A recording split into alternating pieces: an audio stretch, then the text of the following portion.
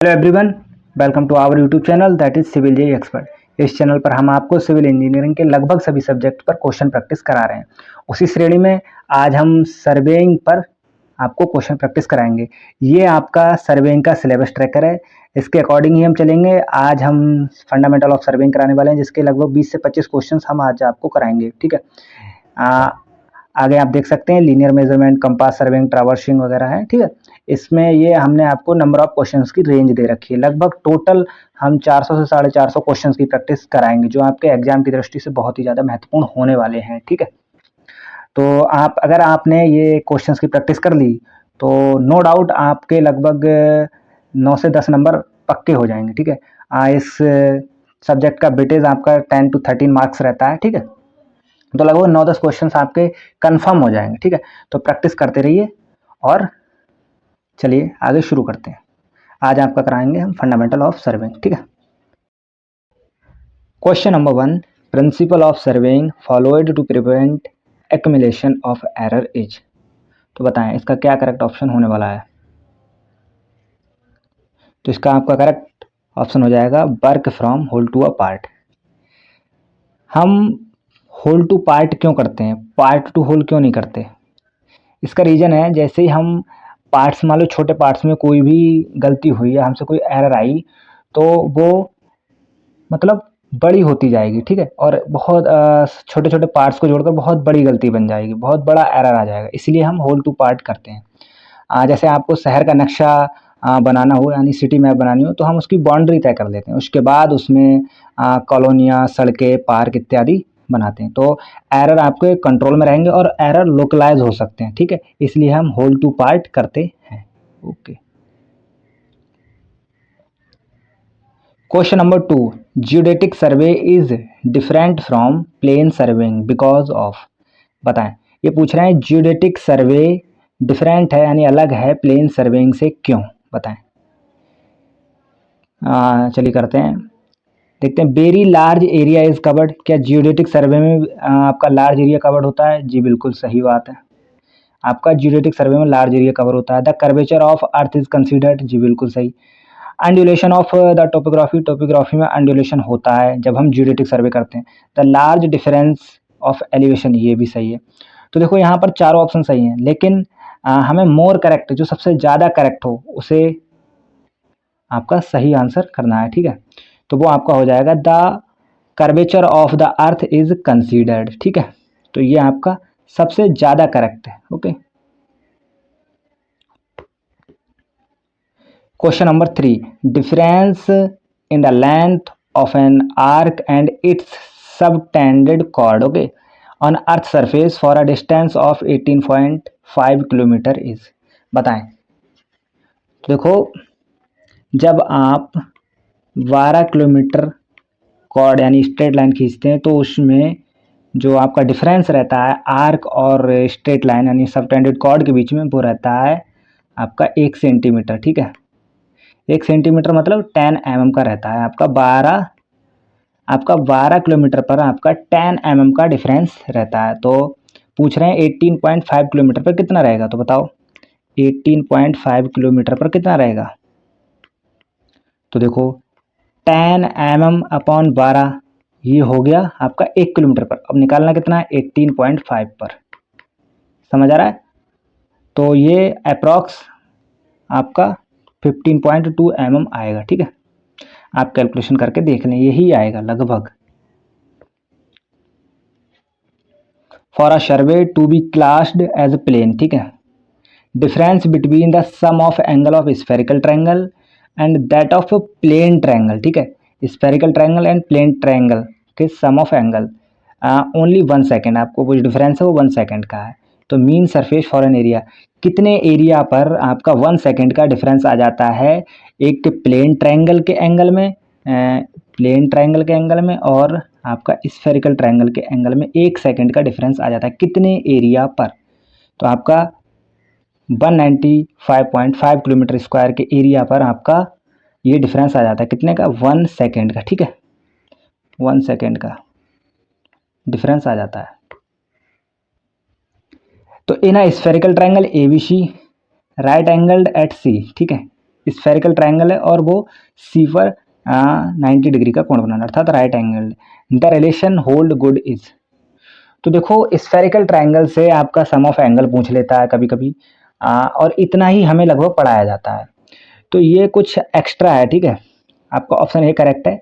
ये एक्स्ट्रा है, ये एग्जाम में नहीं पूछा जाता नॉर्मली, लेकिन अगर इसमें भी अगर आपका डीप चला जाए, स्फेरिकल ट्रायंगल में भी अगर आपका डीप चला जाए तो बस इतना ही पूछ सकता है, क्योंकि ये एक स्टैंडर्ड रिजल्ट होता है अगर आपका एक एंगल कोई 90 डिग्री हो।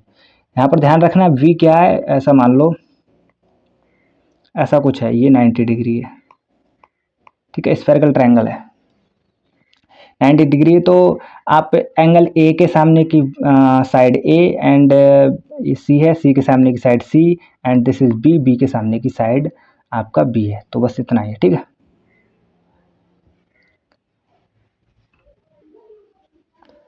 If E is the spherical axis and R is the radius of the earth, then the surface area of the triangle will be, बताओ स्फेरिकल एक्सिस क्या होता है। आपका स्फेरिकल एक्सिस होता है स्फेरिकल ट्रायंगल में जब एंगल 180 से जितना ज़्यादा होता है, जितना ज़्यादा होता है एंगल, आपका sum of angle in spherical triangle जितना ज़्यादा होता है 180 डिग्री से, वो आपका स्फेरिकल एक्सिस ई कहलाता है, ठीक है।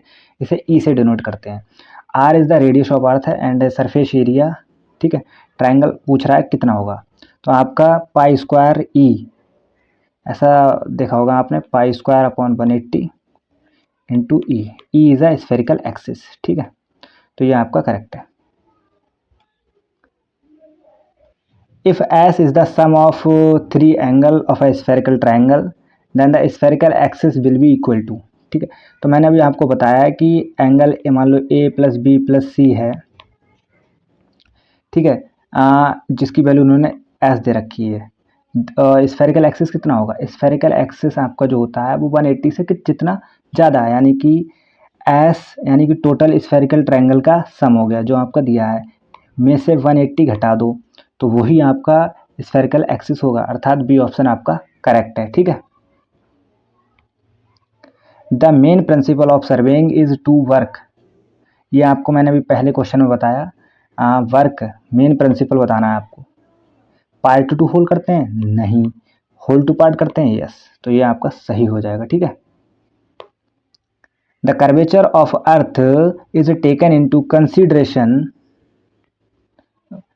If the limit of survey is, बताएं कि अर्थ के कर्वेचर को सर्वेइंग में कंसीडर करते हैं कब, उसकी लिमिट क्या है, 1 to 10 किलोमीटर स्क्वायर, नहीं, ठीक है। 25 से 55 नहीं, 50 से 100 नहीं, तो मोर देन 250 किलोमीटर स्क्वायर, कहीं कहीं 195.5 किलोमीटर स्क्वायर भी आपको देखने को मिल जाएगा। ये दोनों ही करेक्ट हैं, ठीक है।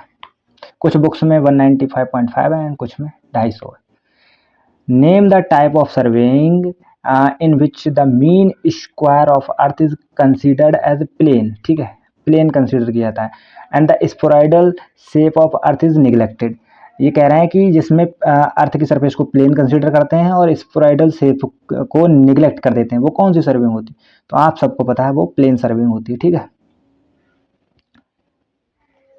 A triangle is said to be well conditioned when its angle lies between, बताओ एक आपके जब आप सर्वेइंग करते हैं, प्लेन सर्वेइंग करते हैं तो ट्रायंगुलेशन मेथड से करते हैं, तो उसमें आप ट्रायंगल बनाते हैं, तो वो ट्रायंगल में जो आपका एंगल होना चाहिए वो किस किस के बीच होना चाहिए, तो जिसमें जिससे वो वेल कंडीशनल ट्रायंगल हो, ताकि आप एरर मिनिमाइज कर सकें। तो आपका 30 डिग्री से ज़्यादा एंड 120 डिग्री से कम होना चाहिए, ठीक है, यह बराबर भी हो सकता है। Question number 12, a surface perpendicular, ठीक है, perpendicular to the direction of gravity at all points is called. देखो मान लो ये ग्रेविटी हमेशा इसके परपेंडिकुलर रहने वाली, तो आपकी ये एक सरफेस है लेवल सरफेस, इसका आंसर लेवल सरफेस हो जाएगा। इस पे किसी भी पॉइंट पर आप ग्रेविटी की डायरेक्शन हमेशा नीचे की तरफ होती है, ये अब देखो ये वाली सरफेस हमेशा परपेंडिकुलर है ग्रेविटी की डायरेक्शन की, तो ये लेवल सरफेस कहलाती है, ठीक है। In which type of surveying the shape of earth is taken into account, तो वेरी इजी क्वेश्चन है, ठीक है, आपका जियोडेटिक सर्वे हो जाएगा, जिसमें हम अर्थ के कर्वेचर को अर्थ की शेप को कंसीडर करते हैं, ठीक है। Which of the following surveys is carried out to locate the premises, streets, water supplied and sanitary system, बताएं कौन सा ऑप्शन आपका करेक्ट रहने वाला है, ठीक है।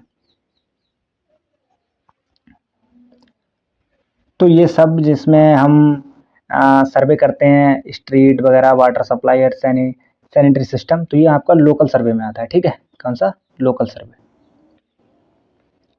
विच among the following is responsible for stabilising permanent benchmark, बताएं इसका आंसर बताएं कि परमानेंट बेंचमार्क आपका कौन स्टेबलाइज करता है। तो देखो, परमानेंट बेंचमार्क आपका government department such as PW, railway, PWD and railway etcetera, ठीक है। ये आपके परमानेंट बेंचमार्क स्टेबलाइज करते हैं। A survey which is carried out to determine the precise position on the surface of the earth of a system of widely distinct point, बताएं। Question को आप अच्छे से पढ़ें, उसके बाद आंसर करें। तो वाइडली डिस्टिंक्ट पॉइंट आपका जियोडेटिक सर्वे में कंसीडर किए जाते हैं, ठीक है।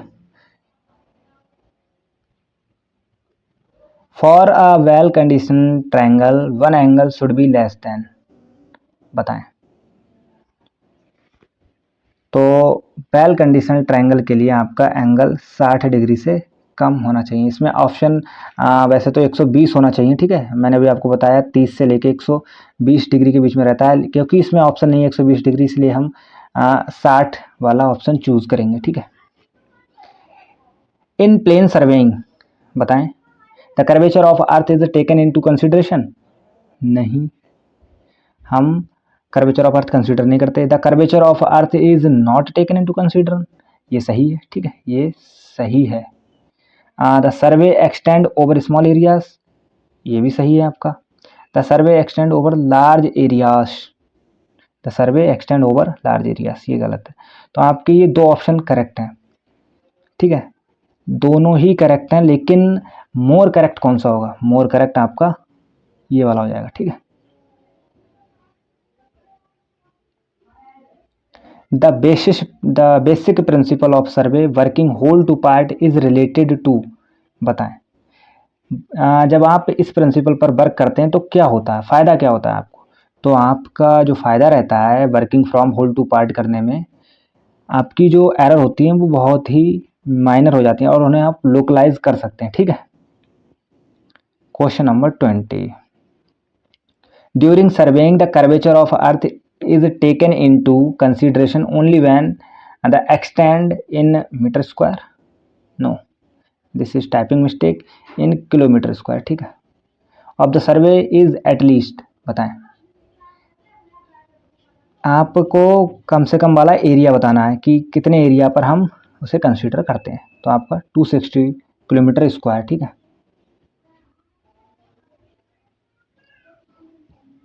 Question number 21. According to the basic principle of errors, if observation are made, then the accidental error are proportional to, बताओ।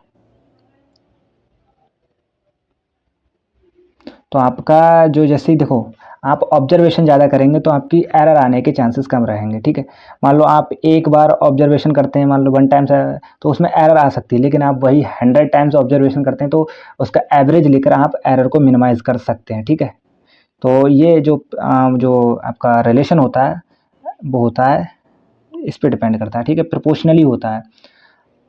एंड रूट एन, ठीक है, रूट एन लिखा है। Question number 22, the art of determining the relative positions, distinctive features on the surface of the अर्थ और beneath the surface of earth by means of measurement of distance, direction and elevation is called, ये सीधी की सीधी आपकी surveying की definition लिखी हुई है, ठीक है। हाँ, normally a geodetic survey is performed if the area to be surveyed is beyond x square kilometre. तो इसका आप आंसर बताएं, ठीक है। तो आपका सही आंसर हो जाएगा 250 किलोमीटर स्क्वायर, ठीक है। तो ये थे आपके 23 क्वेश्चंस। आप इन्हें सॉल्व करें और प्रैक्टिस करें। वीडियो को अगर आपको अच्छे लगे हो क्वेश्चंस तो वीडियो को लाइक करें एंड चैनल को सब्सक्राइब तो कर ही लिया होगा आपने। दोस्तों के साथ शेयर करें। मुझे पता है आप शेयर नहीं करेंगे क्योंकि आप कंपटीशन इंक्रीज करना नहीं चाहते हैं, लेकिन लाइक कर दें वीडियो को, ठीक है, और अपने जूनियर्स के साथ तो शेयर कर ही दें एटलीस्ट, ठीक है। तो प्रैक्टिस करते रहिए और कल की वीडियो में हम आपको चेन सर्वेइंग पर क्वेश्चंस कराने वाले हैं, ठीक है। लगभग 6-7 दिनों में हम आपका सर्वेइंग पूरा चैप्टर, पूरा सिलेबस, सर्वेइंग का पूरा सिलेबस निपटा देंगे, ठीक है। और ये सारे के सारे क्वेश्चन आपके एग्जाम ओरिएंटेड हैं, या तो आपको यही क्वेश्चन मिल जाएंगे एग्जाम में, नहीं तो इनसे रिलेटेड क्वेश्चन आपको मिल जाएंगे जो आप थोड़ा लॉजिक लगाकर एंड थोड़ा सा रिलेट कर सॉल्व कर सकते हैं, ठीक है। तो थैंक यू।